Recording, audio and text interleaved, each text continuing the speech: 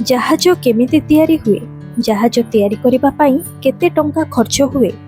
आपण केबे जानिबाकू चेष्टा करिसंती कि गोटे जहाजर ओजन जदि 2 लाख टन मध्य अधिक हुए ताहले से लुहारे तैयारी हुई मध्य पानी रे बुड़ी न जाई केमिति भासे। आ गोटे विशाल क्रूज शिप तैयारी करिबाकू केते टंका खर्च हुए, केउ केउ सामग्री व्यवहार करा जाए एवं एहा तैयारी करिबाकू केते वर्ष लागे। आजिर ए भिडियो रे आमे जानिबा जहाज तैयारीर संपूर्ण तथ्य विषय रे। शेष पर्यंत देखंतु, कारण शेष रे आपण जानि परिबे गोटे विशाल क्रूज शिप गोटे दिन रे केते टन इंधन व्यवहार करे। पृथ्वीर प्राय 90% अंतर्जातीय वाणिज्य कारोबार समुद्र पथरे होइथाय। आउ एही समग्र व्यवस्थार मूल आधार हेउछि जहाज। किंतु एते बड़ जहाज तैयारी करिबा कोनोसी साधारण कथा नुहे। एहा पछरे हजार हजार इंजीनियर, डिजाइनर, वेल्डर एवं टेक्नीशियन मिसी वर्ष वर्ष धरि काम करिसंती। सबुठारु प्रथमे कंपनी निष्पत्ति निये जे सेमाने केउ प्रकारर जहाज तैयारी करिवे, जेपरि कि कार्गो शिप, तेल बोहिबा टैंकर, कंटेनर शिप किंबा लक्षाधिक पर्यटकଙ୍କ ପାଇଁ विशाल क्रूज शिप। एहापरे कंप्यूटर रे जहाजर संपूर्ण 3D डिजाइन प्रस्तुत करा जाय। जहाजर लंब, चौड़ा, उच्चता, ओजन, इंजिन क्षमता, सुरक्षा व्यवस्था और पानी रे एहार संतुलन सबु किछि पूर्वरु कंप्यूटर सिमुलेशन रे परीक्षा करा जाय, कारण एही पर्याय रे छोट भूल हेले कोटी कोटी टंकार क्षति होई पारे। तेबे शिप केउ मटेरियल रे तैयारी हुए चलंतु जानिबा। एते बड़ जहाज केउ सामग्री रे तैयारी हुए। सबुठारु अधिक व्यवहार हुए मैरिन ग्रेड स्टील। एही विशेष प्रकारर इस्पात समुद्रर लुणिया पानी रे साधारण स्टील तुलन रे अधिक दृढ़ एवं दीर्घस्थायी होइथाय, खराब होई न थाए। जहाजर बाहर अंश बा मेन बॉडी अर्थात होल अधिकांश एही स्टील रे तैयारी होइथाय। एहा व्यतीत किछि अंश रे एल्युमिनियम व्यवहार करा जाय, कारण एहार ओजन कम। आधुनिक क्रूज शिप भितरे fibre composite, tempered glass, stainless steel, copper तार, उन्नत प्लास्टिक, अग्नि प्रतिरोधी सामग्री एवं शब्द रोकिबा पई विशेष इन्सुलेशन मध्य व्यवहार करा जाय। आपण जानि आश्चर्य हेबे, गोटे विशाल क्रूज शिप तैयारी करिबा पई हजार हजार टन स्टील व्यवहार होइथाय। किंतु प्रश्न हेउछि एते बड़ बड़ स्टील प्लेट गुडी को एकाठी करी एते विशाल जहाज केमिति तैयारी हुए। एहार संपूर्ण प्रक्रिया एवं गोटे जहाज तैयारी करिबा को केते टंका खर्च हुए। जहाज तैयारी काम आरंभ हुए एक विशाल शिपयार्ड रे। प्रथमे कंप्यूटर डिजाइन अनुसार बड़ बड़ स्टील प्लेट को लेजर किंबा सीएनसी मेसिन सहायतारे अत्यंत सठिक भाबरे कटा जाए। तापरे से स्टील प्लेट गुडी को वेल्डिंग करी छोट छोट ब्लॉक तैयारी करा जाए। गोटे बड़ क्रूज शिप रे एपरी शताधिक ब्लॉक थाई पारे। एही ब्लॉक गुडी को भितरे पूर्वर विद्युत तार, पानी पाइप, एयर कंडीशनिंग लाइन एवं अन्य आवश्यक सिस्टम लगा जाय थाए। एहा परे विशाल क्रेन सहायतारे एही ब्लॉक गुडी को गोटिए परे गोटिए जोड़ा जाए।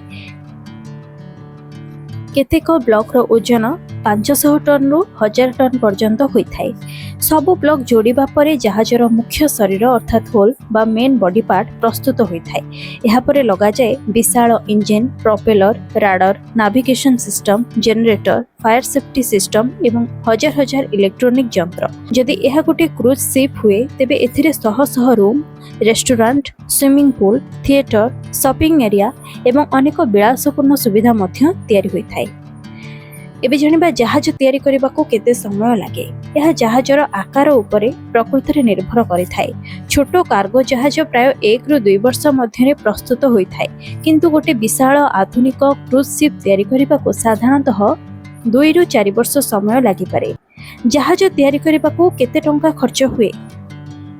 एबे असंतु जानिबा इंटरेस्टिंग पार्ट विषय रे। गोटे साधारण कार्गो शिप तैयारी करबा को प्राय 30 मिलियन रु 80 मिलियन अमेरिकीय डॉलर खर्च होई पारे। अन्यपटे गोटे विशाल लग्जरी क्रूज शिप रो मूल्य साधारणतः 500 मिलियन डॉलर रु 200 मिलियन डॉलर किंबा ताठारु अधिक मध्य होई पारे। भारतीय टंका रे एहा प्राय 4300 कोटी टंका रु 17000 कोटी किंबा ताठु भी अधिक होई पारे। विशेष डिजाइन एवं सुविधा थिले एही खर्च आहुरी बढ़ी जाए। एते टंका खर्च हेबार कारण हेउछि उच्च मानर स्टील, विशाल इंजिन, अत्याधुनिक सुरक्षा व्यवस्था, लग्जरी इंटेरियर एवं हजार हजार कर्मचारी वर्ष वर्षर परिश्रम।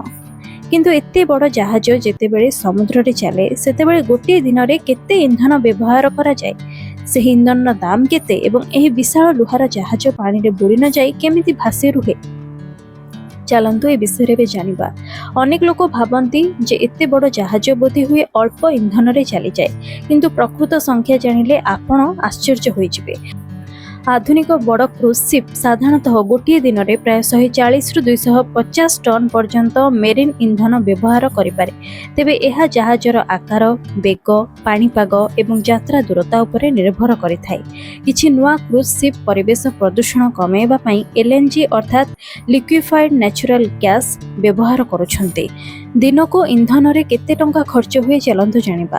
ମେରିନ୍ ଫୁଏଲର ଦାମ ସବୁବେଳେ ବଦଳୁଥାଏ, ସେଥିପାଇଁ ଦୈନିକ ଖର୍ଚ୍ଚ ମଧ୍ୟ ପରିବର୍ତ୍ତନ ହୁଏ।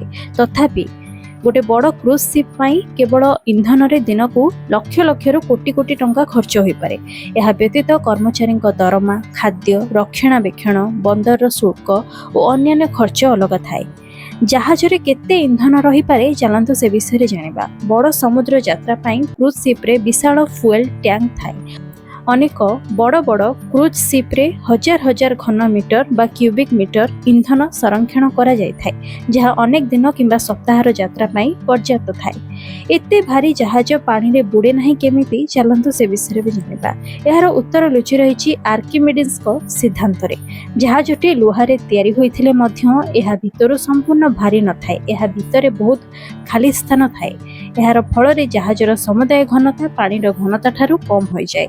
ଜାହାଜ ପାଣିରେ ପ୍ରବେଶ କଲେ ସେ ଯେତେ ପାଣିକୁ ବିସ୍ଥାପିତ କରେ, ସେହି ପାଣି ତାହାକୁ ଉପରକୁ ଉଠିବାକୁ ବଳ ଦେଇଥାଏ। ଏହି ଉତ୍ତୋଳନ ବଳ ଜାହାଜର ଓଜନ ସହ ସନ୍ତୁଳିତ ହେଲେ ଜାହାଜଟି ପାଣିରେ ଭାସିଥାଏ। ତ ଗୋଟିଏ ଜାହାଜ କେବଳ ଲୁହାରେ ତିଆରି ହୋଇନଥାଏ, ଏହା ହେଉଛି ହଜାର ହଜାର ଇଞ୍ଜିନିୟର, ବୈଜ୍ଞାନିକ ଏବଂ କାରିଗରଙ୍କ ବର୍ଷ ବର୍ଷର ପରିଶ୍ରମର ଫଳ। କମ୍ପ୍ୟୁଟରରେ ଡିଜାଇନରୁ ଆରମ୍ଭ କରି ବିଶାଳ ଷ୍ଟିଲ୍ ବ୍ଲକ୍ ତିଆରି, ଇଞ୍ଜିନ ସ୍ଥାପନ, ସୁରକ୍ଷା ପରୀକ୍ଷା ଏବଂ ଶେଷରେ ସମୁଦ୍ରରେ ଚଳାଚଳ, ପ୍ରତ୍ୟେକ ପଦକ୍ଷେପ ଅତ୍ୟନ୍ତ ଜଟିଳ ଓ ଆଶ୍ଚର୍ଯ୍ୟଜନକ। ତ ଆପଣଙ୍କୁ ଆଜିର ଏହି ଭିଡ଼ିଓ କେମିତି ଲାଗିଲା କମେଣ୍ଟରେ ନିଶ୍ଚୟ ଜଣାନ୍ତୁ। ଭଲ ଲାଗିଥିଲେ ଲାଇକ୍ କରନ୍ତୁ, ସେୟାର କରନ୍ତୁ। ଏଭଳି ବିଜ୍ଞାନ, ପ୍ରଯୁକ୍ତି ଓ ରହସ୍ୟମୟ ତଥ୍ୟ ସମ୍ବନ୍ଧୀୟ ଭିଡ଼ିଓ ଦେଖିବା ପାଇଁ ମୋ ଚ୍ୟାନେଲକୁ ଏବେ ହିଁ ସବସ୍କ୍ରାଇବ୍ କରନ୍ତୁ।